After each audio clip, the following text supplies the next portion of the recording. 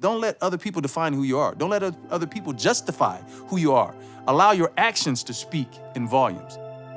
Allow the things and the merits of who you are as a man and as a young woman to define who you are.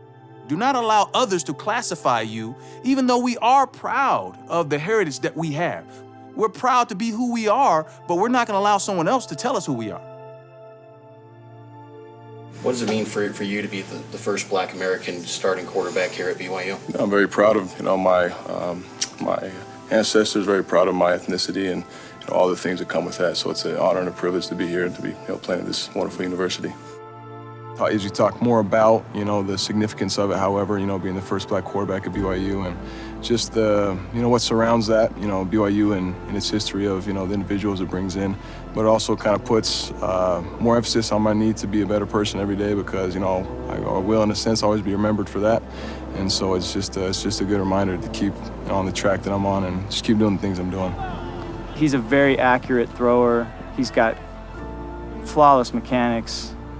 Just a really true, smooth throwing motion that you can't teach that. He's got it. So he's a true quarterback for sure. And he's a good athlete, but he's a quarterback that happens to be a good athlete. Motion, keeper for Hall, following his blockers. Nicely done. 25-20, 15-10, makes a sidestep, makes a man miss, gets into the end zone, touchdown run, Jaren Hall! The fact that he can play a lot of different positions is really important, but I think he thrives the most at quarterback.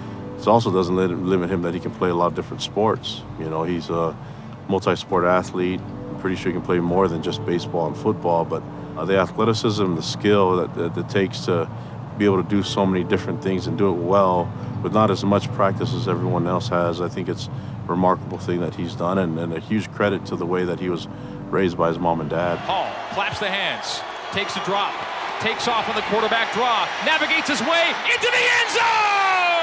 Riley Nelson calls it. Jaren Hall executes it. We didn't necessarily expect to see Baylor Romney after that first half for Hall. We thought we might see him earlier in the game, but after that showing, a surprise here.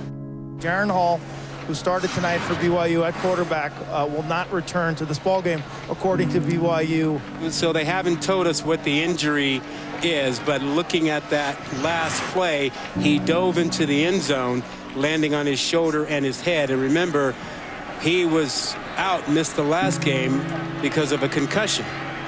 So what would concern me, is that he has a similar issue because of the way he landed in the end zone. Right after it happened, I came off the sideline and sat down. I felt fine, then all of a sudden just kind of went drifting off into la-la land. I had no idea where I was. He played in a lot of football games and took a lot of hits and hadn't had concussions. Those hurt. He's gonna feel that one in the morning. To have two of them in the time frame that he had them in, I think caught everybody by surprise. A lot of emotions come when you're concussed. I wouldn't say I'm the most emotional individual, but I kind of broke down a little bit, was kind of frustrated and kind of confused for why it would happen again, after such a fun half of football. It was the most fun I'd had really all my life playing football at that level in that stadium. So I was just really frustrated and confused, felt like I'd done all the right things. Just one of those stories, right? You just kind of feel bad for yourself. And then as my dad came in, he was kind of frustrated too, being the supportive father he is. He laid his hands on my head.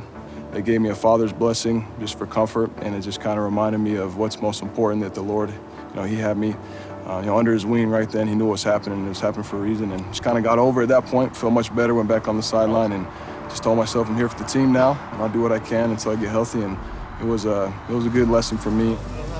I think it's difficult. Injury is always a hard thing to come back from, and sometimes it becomes a lonely world, when everything else seems to keep moving. I've been there before, but I thought he's handled it really well. From our perspective, we have to be careful, because I think he's the kind that just wants to go gung-ho the entire time, doesn't want to hold anything back. I think that being able to see the strength and the resolve that he has in himself as a person to respond back from the injuries, but it takes another thing to do that individually, but to do it and then help others along the way, that's an awesome thing to do as a teammate and as a player. Football has really just given me everything I have so far. It's given me a lot of confidence and hope in my future.